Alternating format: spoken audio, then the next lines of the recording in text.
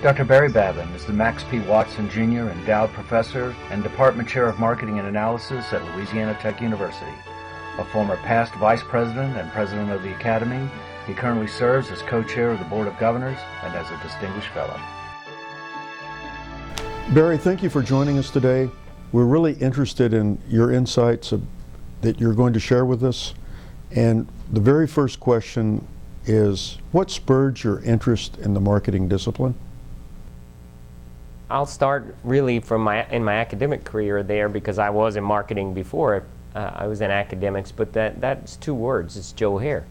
And so Joe, I was thinking about getting a doctorate, as was my wife Lori. We were going to get our doctorates together, and I didn't quite know which discipline I wanted to be in.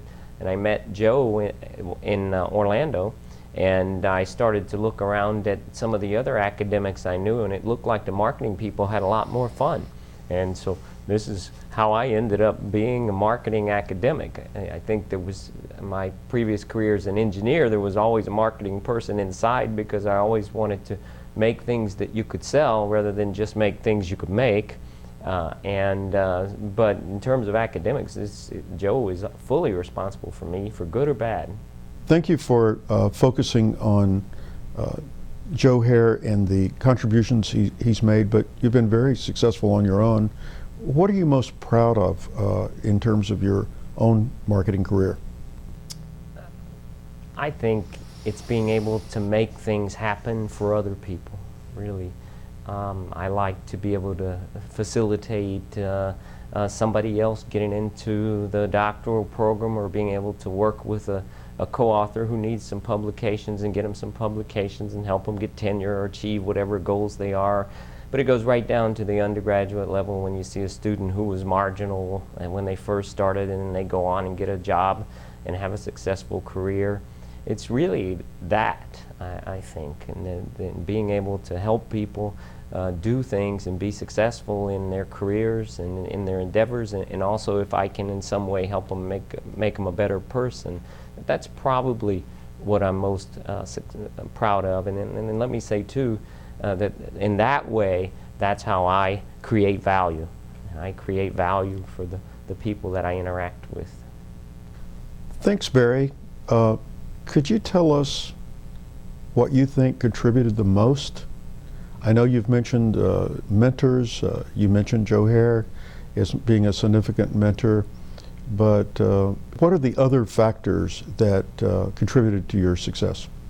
Well, lots of folks. I could go through the litany. Certainly my parents, because my dad worked hard and he gave me the work ethic. And my mom is my mom. I can't really say anything more than that, but I think in terms of being very concerned about people, that comes from Mom.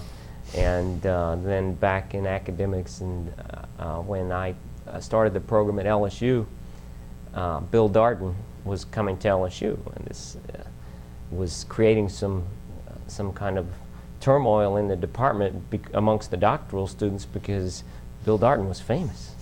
And who was going to get assigned to Bill Darden? And this wasn't in a good way, because we didn't want to get assigned. We'd heard things about Bill Darden. And so I think Joe drew short straws, or actually Joe knew I was an engineer, and Bill was very quantitative, and so since I'm an engineer, I'm quantitative, maybe I could talk to this guy. And he assigned me to Bill Darden, and also Mitch Griffin was assigned to Bill Darden. And that little team of three in a few years produced an awful lot of work. And I think that happenstance, the fact that I was able to work with Bill, really did a lot for me, not in terms of just training as a mentee, or as a mentor-mentee relationship, but also in learning how to deal with people, because Bill, I love Bill, but Bill was quirky, and like a lot of us are.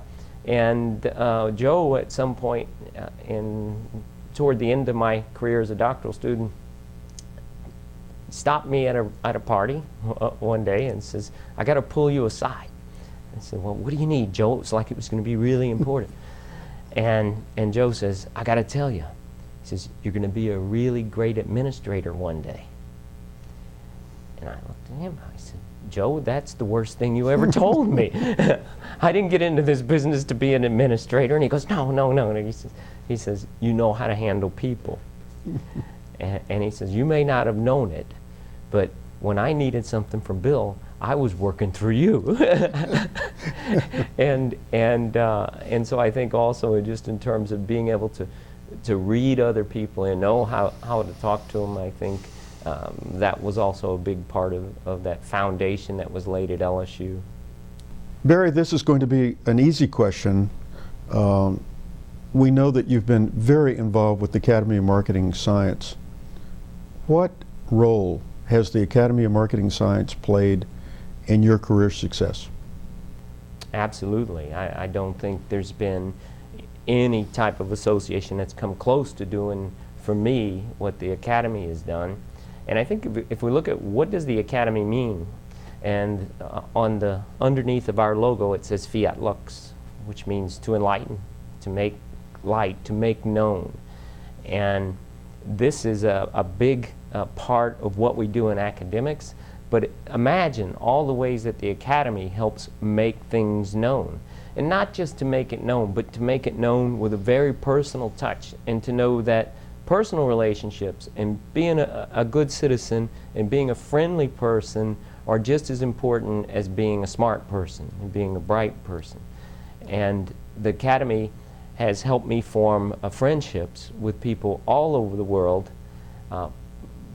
When I think about my best friends, almost all of these are people that I either met in the Academy or affiliate and associate with in the Academy.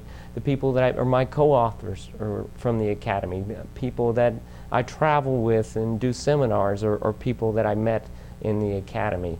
And the Academy is very, very much associated with enlightenment through spreading the word through people and the people that are members of the Academy. And so certainly AMS, the Academy of Marketing Science, JAMS, the Journal of the Academy of Marketing Science, are synonymous with knowledge in the marketing discipline, but just as importantly, they're synonymous with friendship. Well, this leads us into the next question. You're associate editor of the Journal of Business Research and have plenty of opportunity to look at emerging areas in the field of marketing. What type of research would you like to see in the future? I still will go back to my roots with that, and value. And because I really believe in marketing, value is the answer to all the questions. It's hardly a question you can ask about consumers or even about employees that doesn't come back. Ultimately, we're seeking value in everything we do.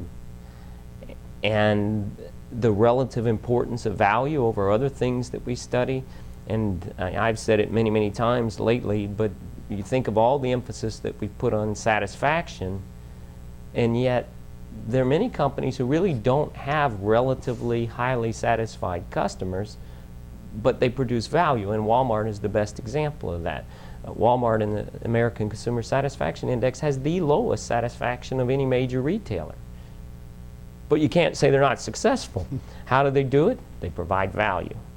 And it's in particular the utilitarian value that carries them through. So I continue to work on value, and my students also look at value and tying it into other concepts that are in vogue to study, like customer co-creation. These are the types of things that I like to study, and they're really good marketing topics because I think they were good. It was a good topic yesterday, it's a good topic today, and it'll continue to be a good topic for a long, long time. Are there any insights that you would like to pass on to new faculty? I think that would be something that I'd like to do, because when you come out of a doctoral program, you're very, very much geared towards doing research. Everything we do in a doctoral student brainwashes you that research is critical and it's important, and it certainly is. I like to tell students the first reason you do research is for yourself, to develop yourself as a scholar, to learn, to become a better teacher. So research is critical, and publishing, therefore, is a byproduct of research, and publishing is absolutely important. But it's not the most important thing. And seeing your name on the cover of a journal article is really not the most important thing. Think about how you affect people in this field as a scholar. And how many of us are really going to write a journal article that will affect hundreds and hundreds of people, much less thousands and thousands? But every time you go into the classroom, you've got a chance to really do something good for a person. I can remember being at USM after Katrina, and it was really a changing experience for me in terms of relationships with students, particularly undergraduate students, because you had people coming back who had lost their home. They may have lost siblings, parents, and it really made you think about what's going on behind the scenes. What really, and I think every time I see a student now, that's always in my mind. You know, I'm seeing one thing on the surface, but what else is going on with this student? And it affects the way that I treat him. So, yeah, publish, it's really important, but don't sacrifice certain things. Don't sacrifice your teaching completely. Don't sacrifice the ability to establish a relationship with a student that might help them through some crisis or help them professionally. And in particular, don't sacrifice your friendships or your family just to get some publications. It's not the most important thing. It's not all about seeing your name on the JM or on JBR or JAMS or whatever it might be. Well, thanks, Barry. And if you could sum up your academic career accomplishments in a few sentences, what would you say? Well, I hope the best is yet to come. I think that's the most important thing. But I think research-wise, it would be value. You know, it'd be the work that I did that stemmed out of retail atmospherics and value, and in particularly that you can capture a lot of value through these two dimensions, utilitarian and hedonic. And I think that's the way I live my life, because if you look at the things that I've done for the Academy, I'm probably better known for doing a wine marketing session than anything else. And what do we do there? Well, I'm going to teach. You've been to the sessions, you know. I'm going to teach. I don't care how rowdy the group gets. I'm going to continue on. I'm going to forge ahead, and I'm going to teach about marketing through this wonderful product that we have, wine. So I'm offering utilitarian value, but I don't want to miss an opportunity to have fun. So just because you're providing some utility, that you should also try to have some fun at the same time. And I think students that have been in my classroom would realize that that's my approach in the classroom, because it's my approach to life. And I think that that's a big contribution. Now, there are lots of things that I've done, but they're not really me. And so this work on value, well, that really came from Bill. You know, Bill teaching me one day, pulling me aside, and he was really teaching me that there's no distinction, there's no useful distinction between products and services, which a lot of people would argue with. But the key to him was action. It's activity. He says, if you want to understand something, you understand the activity. And so Bill really contributed to that a lot. And Joe now, I work with Joe. I love to work with Joe. And him inviting me to be a part of the multivariate book, well, that's allowed me to help him, and maybe I can carry that on. I don't think Joe will ever retire, but I'm going to try to outlast him. And if that's true, then I'll be able to carry that on for some other people, because I think one of the wonderful things about academics is that you do have this family tree of academics, and you kind of carry it on for the people who came before you, and your students carry on your work beyond you. And I've been one that loves to work with people, so most of the things that I do are co-authored, the vast majority of them, because it's a lot more fun to work with people than to try to do it all yourself. And so, you know, my colleagues like Mitch and Jim Bowles, and I can't begin to name all the people that I would work with. I think everybody that I work with, I would call my friend. and that's really important. I remember seeing a network analysis of co-authors one time at a conference, and the general rule of thumb was that people co-authored with somebody one time, and then they moved on. That was the most common situation. Well, I think you take a look at my CV, that's not really been the case. That I co-author with lots of people, and I usually, if I co-author with you once, we're usually going to do something else together. And I hope that says something about me and being easy to work or easy to manipulate, one or the other, but that's okay too. I can live with that. And so I think to me those are some important things. Does that apply to your wine tasting sessions at the Academy of Marketing Science? Absolutely. I wouldn't want to do it just for myself unless the wine was really, really good. Then I'd want to do it for myself. But that's something, again, that Joe asked me to do, and I think that embodies the spirit of Joe a great deal, in that he wants people to have fun too. He wants people to learn, and he wants to give people a chance. So we come in, we'll learn, we have fun. I give you a chance to have some wine, and hopefully you remember the conference. You remember the Academy of Marketing Science is someplace that you learned a lot. You had new networking. You had a lot of fun. And this carries out your concept of value, that these wine tasting sessions are adding value to the conference, right? Absolutely. It's all about value.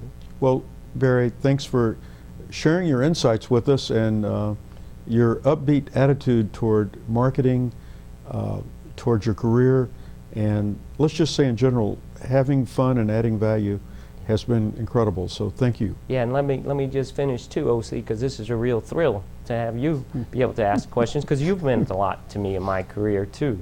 And I know I won't go through all the situations. I won't tell people about how he got me drunk at a football game. But you've meant a lot to me in my career, and a mutual friend of ours, Don Robin, who Don served as my mentor when I was at USM. And it's just really, hopefully I can carry on and do some of the good things and nice things that all of you've done, that I've been able to do some of that, and will continue to be able to do some of that as well. Thank you, Barry. This has been incredible, and hopefully we can do this again in just a few years and kind of measure more success down the road. Yeah, let's go to a football game. Okay.